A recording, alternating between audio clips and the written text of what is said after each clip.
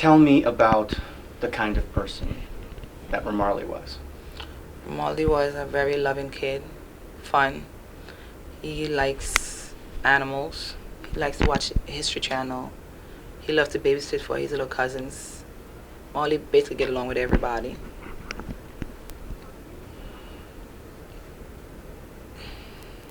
What were his dreams? He likes music. He wanted to do music. Tell me about the day when you realized something was wrong at his home. I got a phone call on my way home from work saying for me where I was, and I was on my way from work, and that's what I said. So I got to the block where I live, and the whole block was cordoned off. And I went to the officer and I said, I live at such address. And he said, hold on.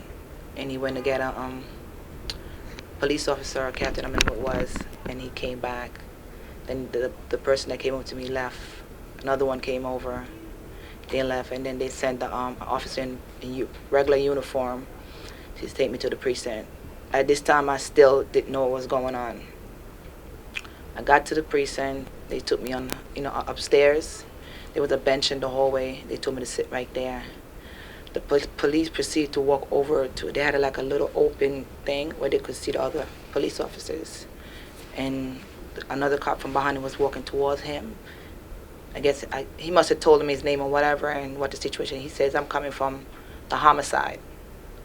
And that's how I found out my son was dead. Okay. Then after I started crying, here come my mom with another police officer coming in. She blurted out, they just killed Molly.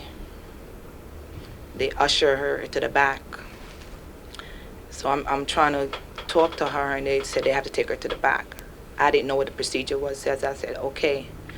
So then Frank called and said, no, don't let them talk to her because she doesn't have a lawyer.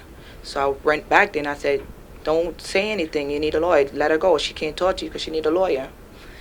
They put her in a room, and I went back there and I started banging on the door. I didn't know what room they put her in. So I went back and I started banging on the doors.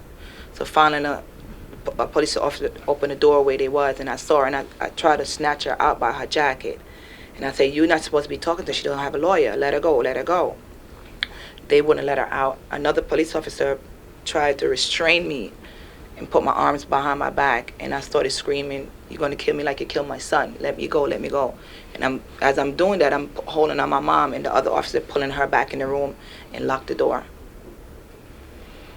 How long was your mother at the police station? She was there till after 10:30. Okay. How have you feel you've been treated through this whole thing? I think we've been treated unfairly because, first of all, nobody told me what happened. I have to find it from an officer that said a homicide. What if I didn't know what homicide meant? I wouldn't know my child was dead. And I think that's not the way the procedure should have been.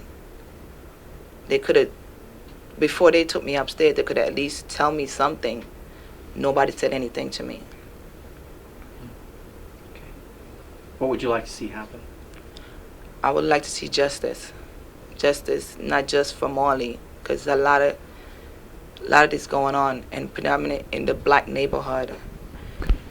Frank, I know you don't have to say your name and spell it for me, but tell me again about Ramarley, and tell me about his nature. Ramarley he's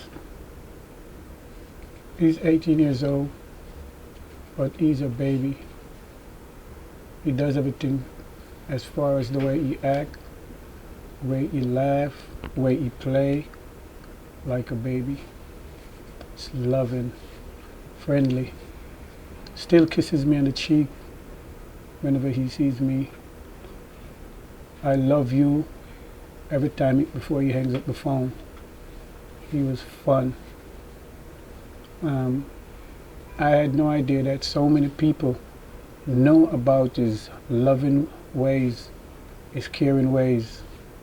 I mean, from younger kids on his age to seniors. he would come down and visit me sometime in Manhattan, and seniors would be asking me, when is your boy coming down? I got something for him. And I didn't understand why or who they were talking.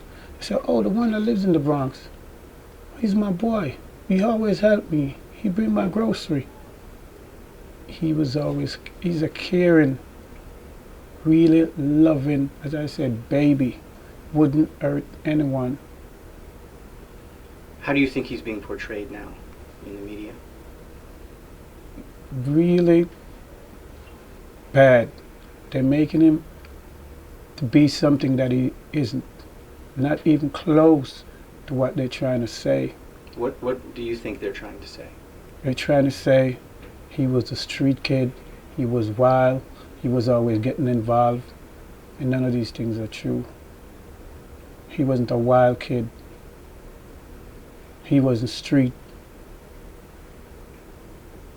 He happens to live in the Wakefield section of the Bronx, where he was born and raised until they took him from me.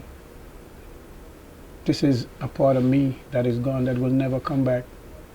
I'll never see my baby again, because that's what I call him.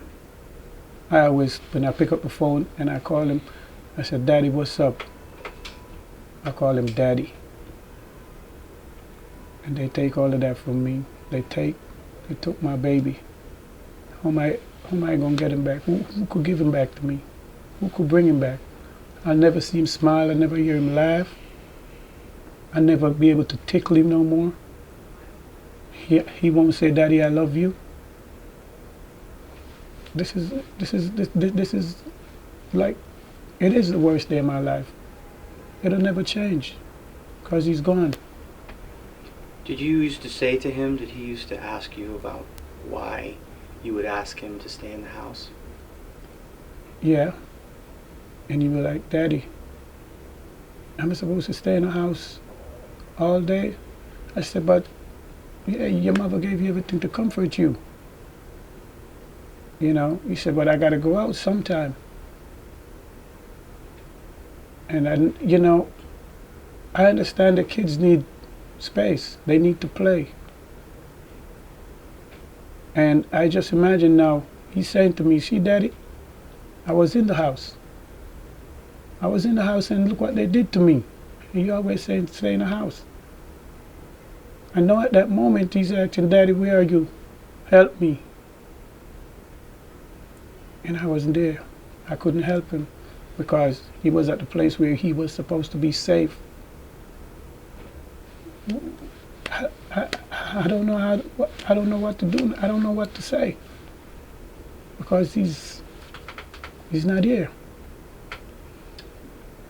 What would you like to see happen now? I want the person or the persons that is responsible for taking my son away from me, taking our son away from us, to be held responsible and brought to justice to the full extent. Because as far as I'm concerned, a criminal is a criminal. You take someone's life without no probable cause, no reason, and cold-blooded like that. I don't care if you wear a uniform or you wear baggy pants, you wear a hoodie. You're wrong. You took someone's life for no possible reason. You took someone's loved one, someone's brother, someone's grandson, someone's nephew, someone's cousin, a neighbor, a loving neighbor. You took that away.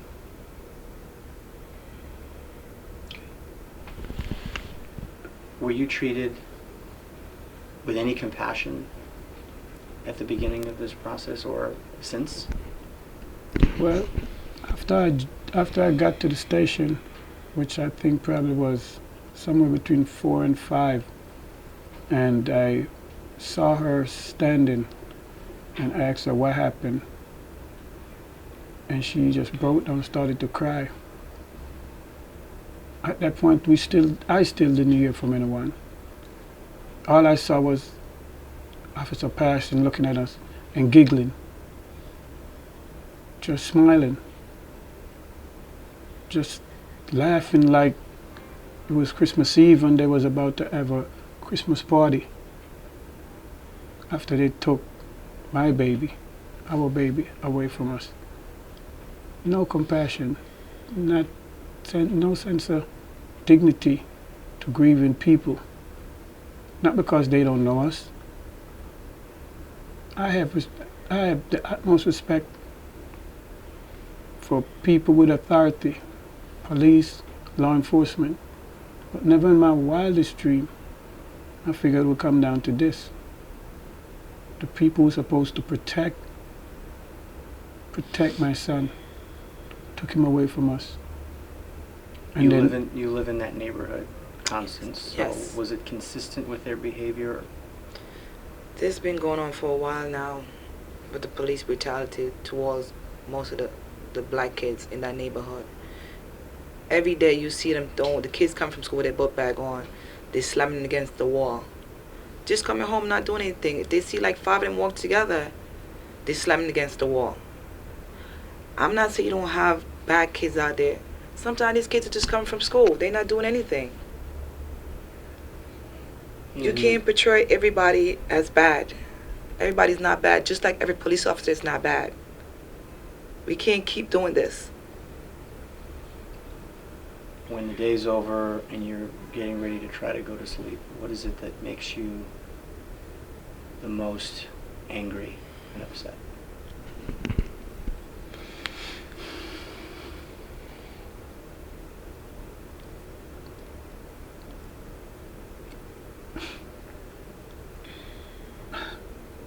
I don't sleep. I can't sleep. I can't sleep. I can't sleep. I can't see him no more. I can't see him.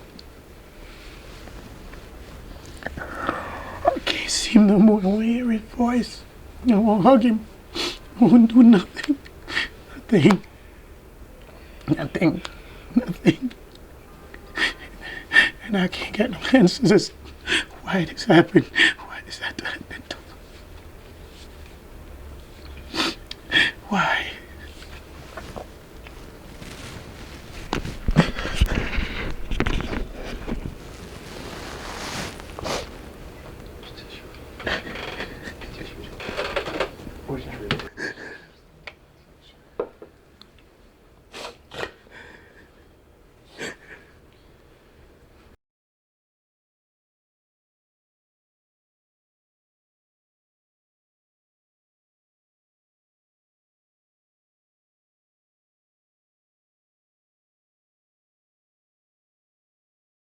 Give you any kind of explanation or compassion. Or the giggling that they were doing. Even came over in those hours afterwards. No one that came over to console you, say you're sorry. No one even offered you food. I know you can both